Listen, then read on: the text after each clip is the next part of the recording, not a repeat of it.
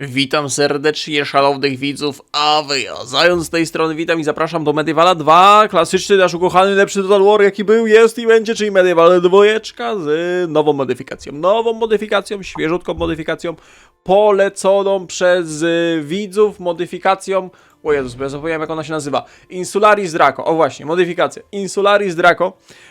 Witam i zapraszam na pierwszy odcinek, chciałem powiedzieć wprowadzający, ale nie, my dzisiaj przejdziemy do gęstego Totalenkriegu, wyłupienia, plądrowania Anglii, ale pokrótce, modyfikacja na V wiek, generalnie, IV, V, VI wiek, chyba też VII, bo tam są chyba 3 scenariusze z tego co widziałem, ale my będziemy grali tą główną kampanię V wiek, mamy skupienie się na wybrzeżu w Hancyi, Belgii, Danii, z docelowym punktem, czyli Wyspy Brytyjskie.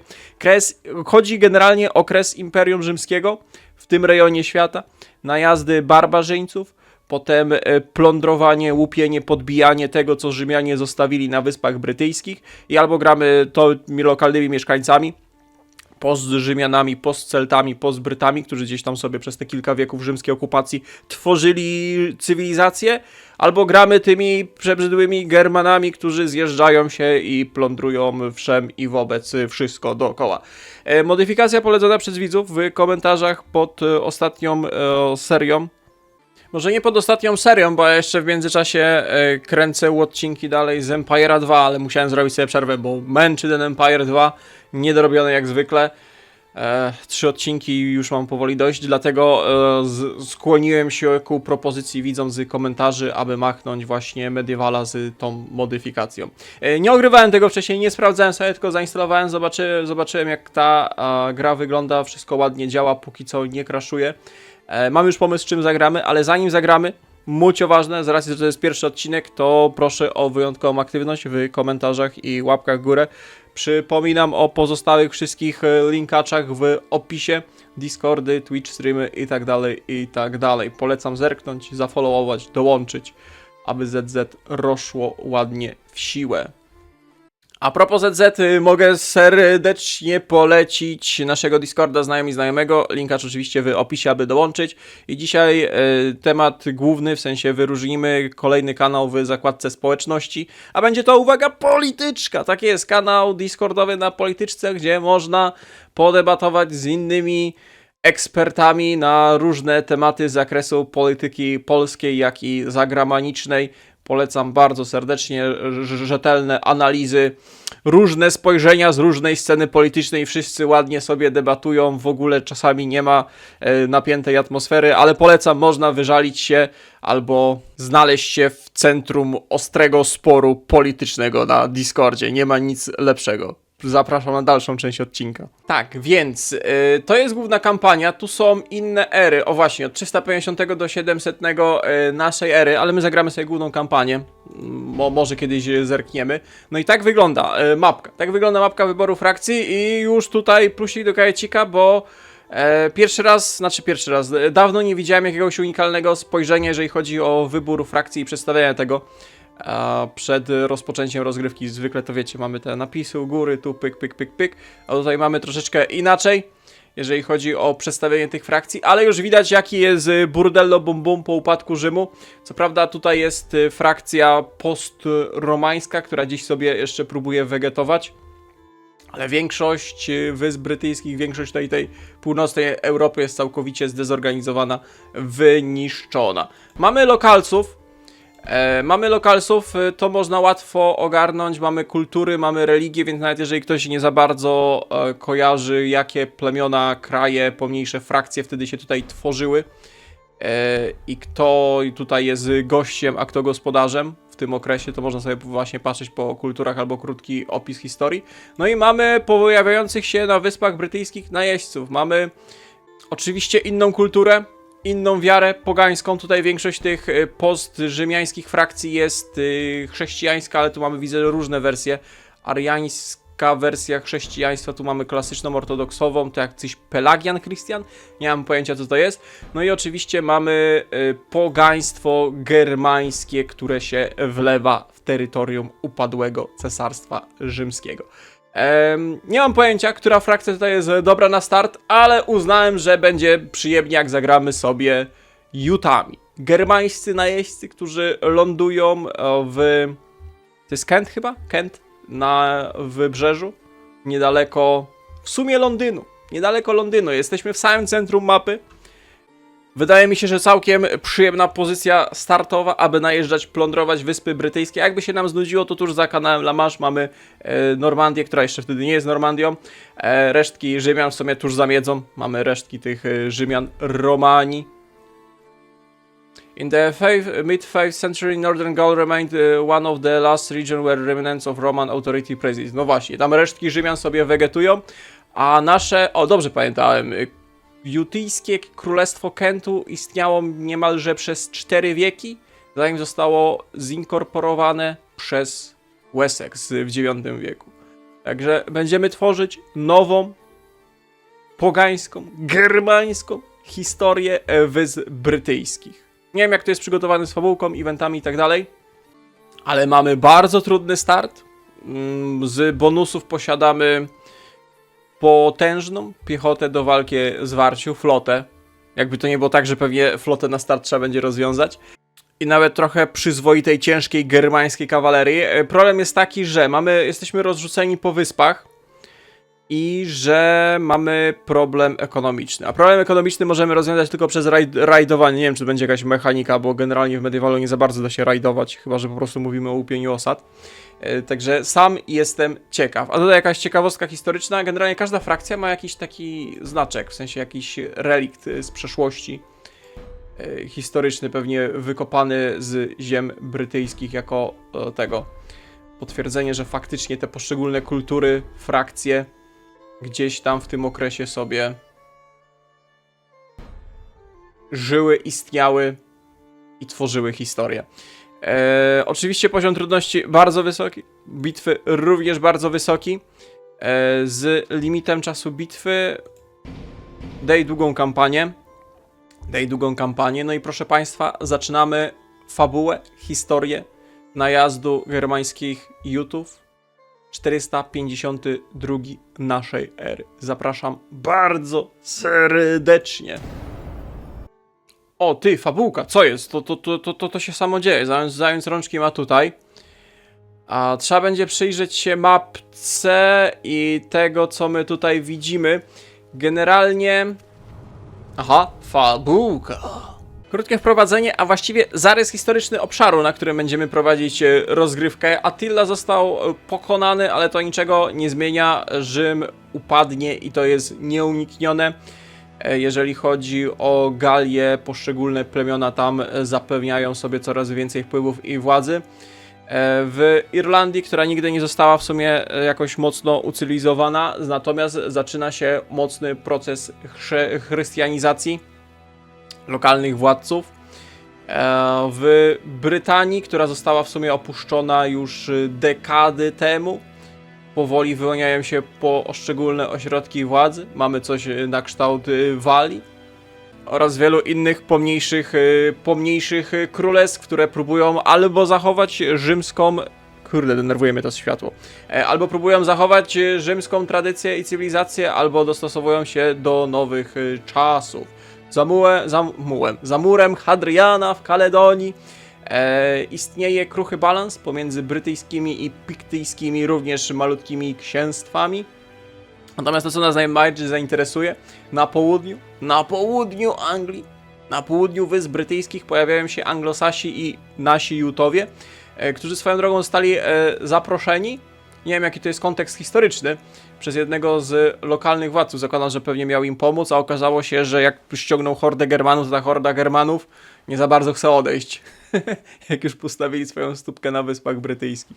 Także okaże się, czy będziemy walczyć o zachowanie światełka Rzymu, czy stworzymy nową, barbarzyńską rzeczywistość. I teraz mamy wprowadzenie do naszego właściwego królestwa Jutów. W ogóle naszym herbem jest jakiś biały konik. Wielokopytny biały konik. To jest konik, nie? Bo tu jest ogon, tu jest cyk, a tu... no, jedno, drugie... Policzcie, ile ma kopytek. No i fabułka, historia naszych Jutów została wyjaśniona. Nasi Jutowie zostali tutaj zaproszeni przez lokalnych władców, króla Wytergera z Pois. To będzie to największe takie królestwo pośrodku Anglii. Zaraz spojrzymy na mapkę, chociaż większość jest zakryta, no to plus minus powinniśmy ogarnąć. Żeby bronić południowo-wschodniego wybrzeża. I to w sumie by się zgadzało, bo jesteśmy w tym samym Cyplukencie. Tylko problem jest taki, że my się tutaj zadowoliliśmy i czujemy się bardzo dobrze. Co więcej, z tego co wyczytałem fabułki, bo my powinniśmy mieć jeszcze... o właśnie, tutaj tą wyspę. Tu w ogóle obok jest Stonehenge. Mamy tutaj tą wyspę... To jest na południe od Winchesteru, nie? I mamy swoją kolonię. Co ciekawe, nasi Jutowie są śmiertelnymi rywalami, wrogami innych germańskich plemion anglosasów. Także nie dość, że będziemy musieli docelowo walczyć z lokalnymi bryto-rzymiańskimi osadnikami, to pewnie jeszcze innych germańskich wataszków trzeba będzie z naszej przyszłej wyspy wykurzyć. Tak więc troszeczkę przydługim, wprowadzającym wstępem, ale też musiałem poznać, bo pierwszy raz gram tą modyfikację. Pewnie większość z was pierwszy raz widzi na oczy tą modyfikację. Także troszeczkę przydługim wstępem musimy rozpocząć. I jedna rzecz... O, tania siła robocza! Ale fajnie. Jedna rzecz mi się na razie nie podoba, mianowicie rozmiary jednostek. Bo to są rozmiary jednostek i w opcjach można sobie zmienić, ale zwiększanie ponad ten stan, limit jednostek jest odradzane przez twórców modyfikacji. Zakładam, że nie chodzi o optymalizację, tylko o balans, jeżeli chodzi o bitwy, pojedynek pomiędzy poszczególnymi jednostkami. Także zostawiłem tak, jak jest domyślnie, co powoduje, że te bitwy będą... No mniejsza skala będzie. Co w sumie można też odebrać tak lorowo, fabułkowo, że jak kiedyś rzymskie legiony i tak dalej wystawiały po ileś tam dziesiątek tysięcy w jednej armii, wielkie bitwy naszych czasów, to teraz mamy kres imperium i po prostu jakieś bandy się przetaczają przez lokalny region i tworzą własne prywatne królestwa, bo wszystko upada, jest smutek, żałość, wieki ciemne, kres i dopiero potem najjaśniejsza Rzeczpospolita odnowi potęgę Rzymu, prawda? Prawda. I już widzę, poczekajcie.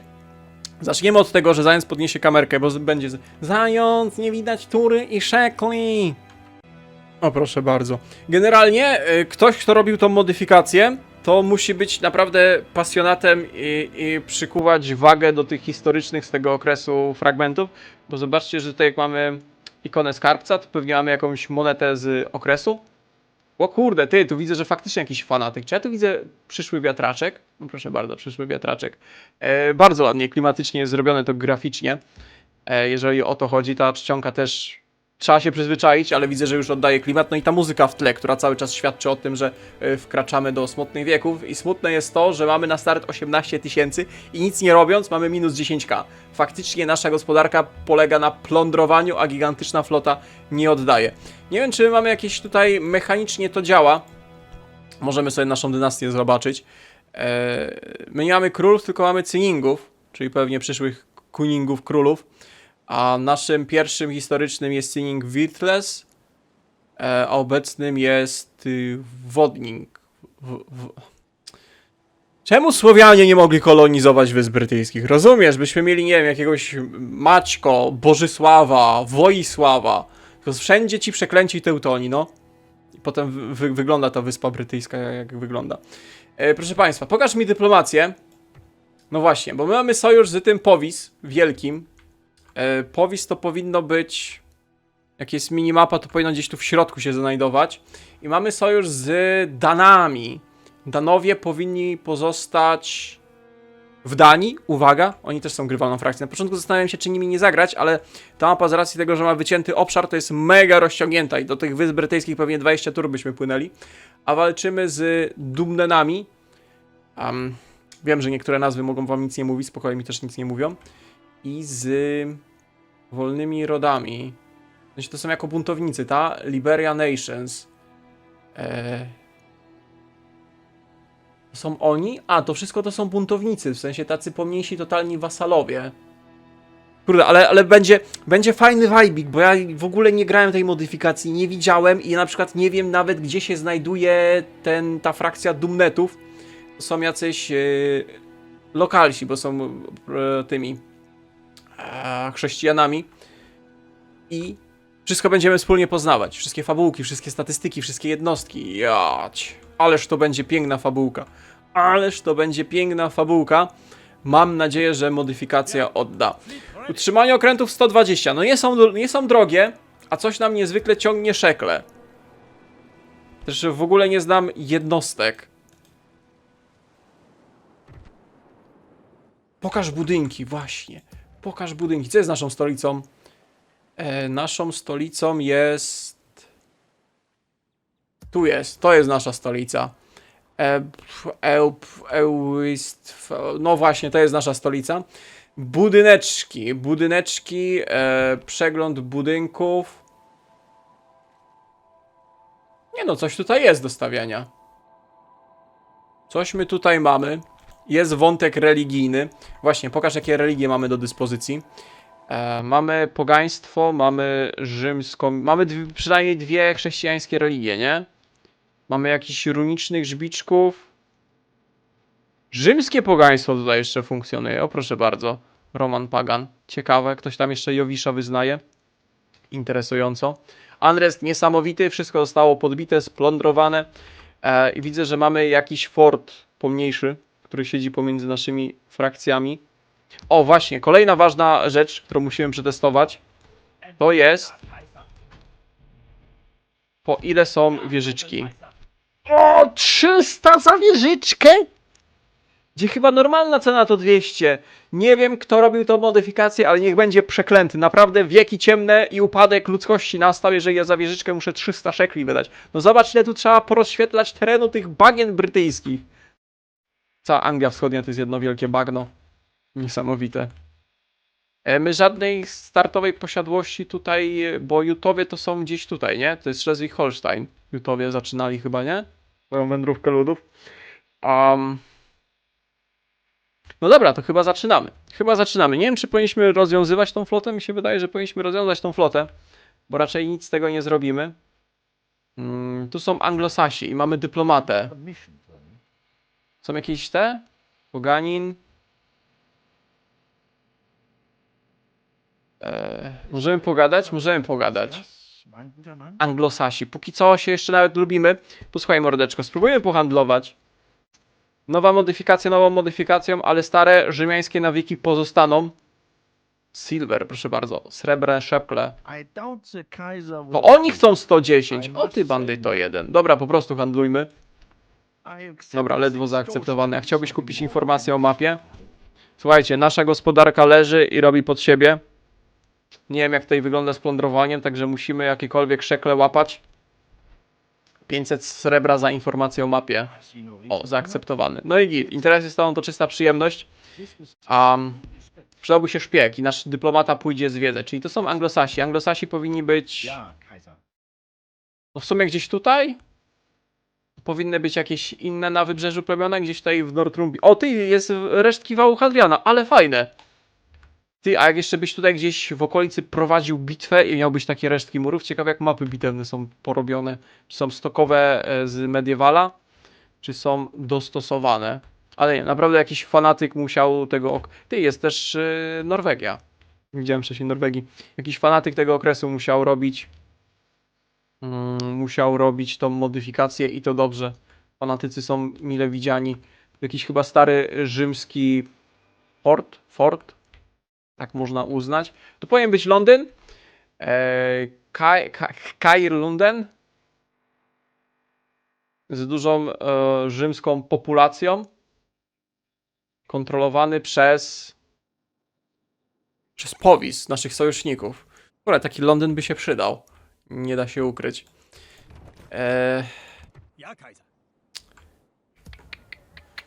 Zrobimy tak. No to jest wysunięta osada, która niewiele zarabia. Nic mi na razie nie mówią te ikonki budynków, więc trzeba będzie się przyzwyczaić. Jeżeli chodzi o to, co możemy budować, co możemy rekrutować. Możesz dać niskie taksy, żeby populacja rosła. Cruel taxation, feeble taxation. O, widzicie? Kolejny fajny smaczek, że nie ma niskich, wysokich taksów, tylko mamy inne określenia. No i fajnie. Zrobimy tak, zostawimy tutaj jeden oddział garnizonowy. Ty, jakie tu są drogie jednostki w utrzymaniu. Chłop kosztuje tyle w utrzymaniu, co w rekrutacji. W sensie, no dobra, to są jakieś... To są... Pamiętacie jak w Divine Conquer? Nie wiem, spartańscy krasnale to jest chyba już ten poziom. Wybrańcy... Toporowi wybrańcy. Nie wiem, porąbanie, dobra. Zostawimy tych spearmenów jako zwykły garnizon. Chociaż kurde, jak oni są tak mocni, to może my powinniśmy się desantować? Ty, ale nie wiem do czego, czyje są te osady. Duża osada, może wy powinniście to oblegać. Może wy to wytankujecie. Niewielki garnizon. Są najemnicy? Łódek możemy najemny zwerbować. Ej, no normalnie się jaram. Dawno nie odkrywałem dobrej modyfikacji. Pięknie, pokornie dziękuję za polecenie moda. Brakło ci na oblężenie. No, zając to jednak ameba jest. Pokaż, co ty masz za generała. Ty masz kompanionów. 40 defensywy. Faktycznie nasza armia to mocarnie potężna piechota. Dobra.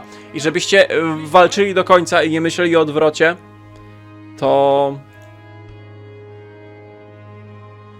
Kurde, 1600 rekrutacji. Dobra, ten jeden okręt wam tutaj zostawię, macie farta, ale chciałem wam usunąć, żebyście nie mieli. Tu na pewno jest za dużo okrętów. Ale te łódki strasznie tanie, trzeba oszczędzać. To jest nasz wodzu? Tak, to jest nasz wodzu. Forciszcze, tu jest jakaś armia większa. To jesteś? Cenit, nic mi to nie mówi. Tu mamy kupca, o proszę bardzo, kupiec z tanią siłą roboczą, 33 szekle, no naprawdę niewiele, tu mamy 52. Stań na razie na tych tekstyliach, bo trzeba będzie szukać. No i mamy, Shalom my lady, germańska księżniczka. Wygląda, że jakbyś, nie wiem, z jakiegoś Warcrafta się urwała i należała do jakichś wysokich elfów czy coś. Ale spoko, 16-letnia. Dobra, na razie będziesz odkrywał, co my tutaj mamy? Sojusznicy, powis. O, będzie mogła generała wykraść, proszę bardzo. My handel mamy, military access nawet posiadamy. Ta powieść też była grywalna frakcja, ale grać na start jakąś lokalną potęgą to pewnie smutek i ból. Zaraz sprzedaliśmy za 600, to spróbuj, za 500, spróbuj za 600 sprzedać informację o mapę. No, just rejected. Dobra, w razie chodź, zwiedzaj, odkrywaj świat.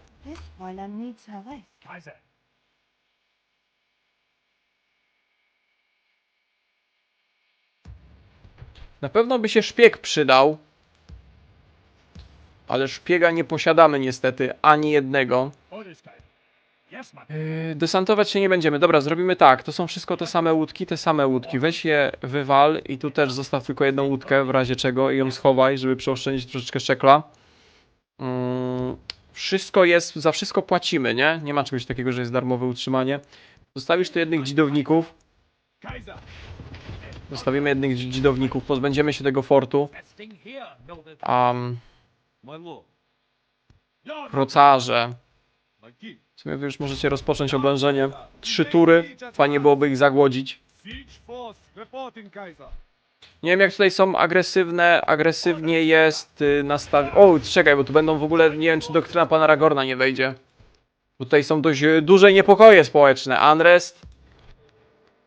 Tu mamy fort, nie możemy zmniejszyć podatków, bo to jest nasza stolica. Również zmniejszymy podatki. Pewnie wszędzie jest problem z religią, chociaż nie. Oni są po prostu niezadowoleni z powodu unrestu. Religion conversion.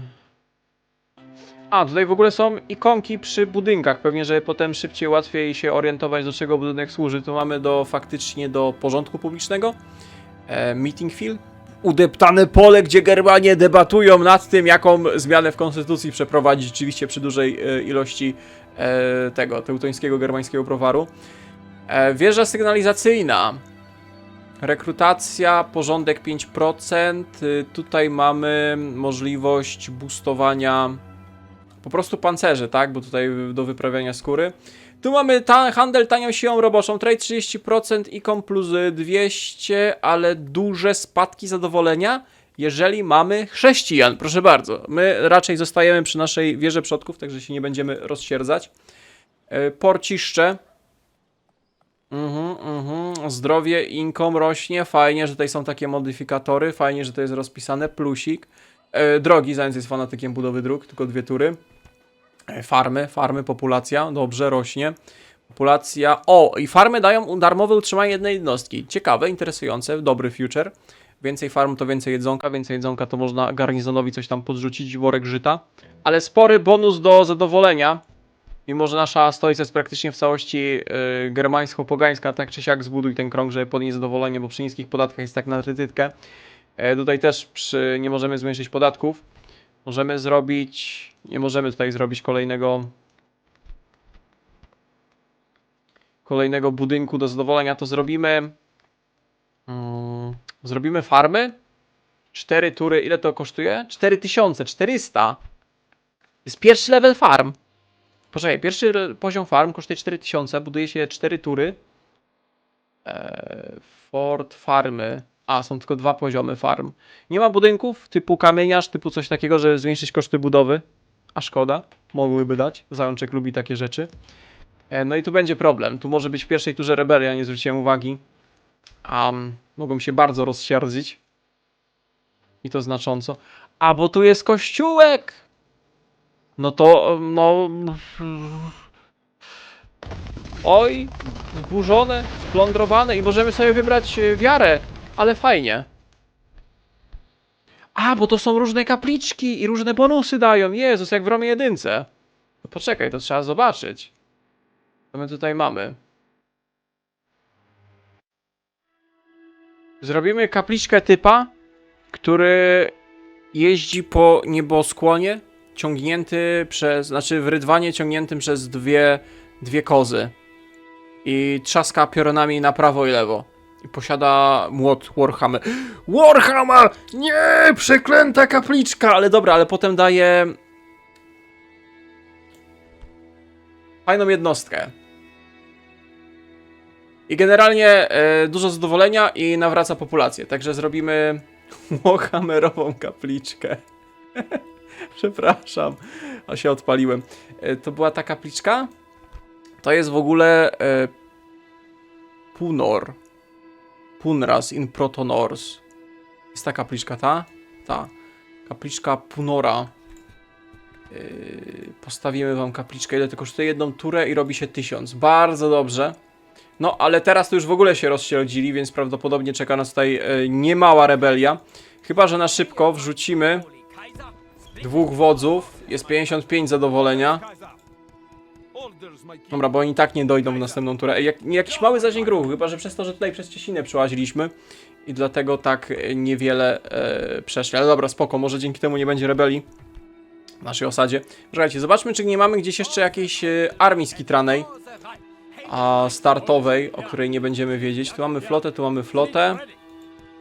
Tu mamy armię i tu mamy drugą armię. Dobra, mamy osadę tutaj, żeby nie było, wiecie, że gdzieś w jakimś rogu na wyspie mamy osadę, całą grę i zapomnieliśmy.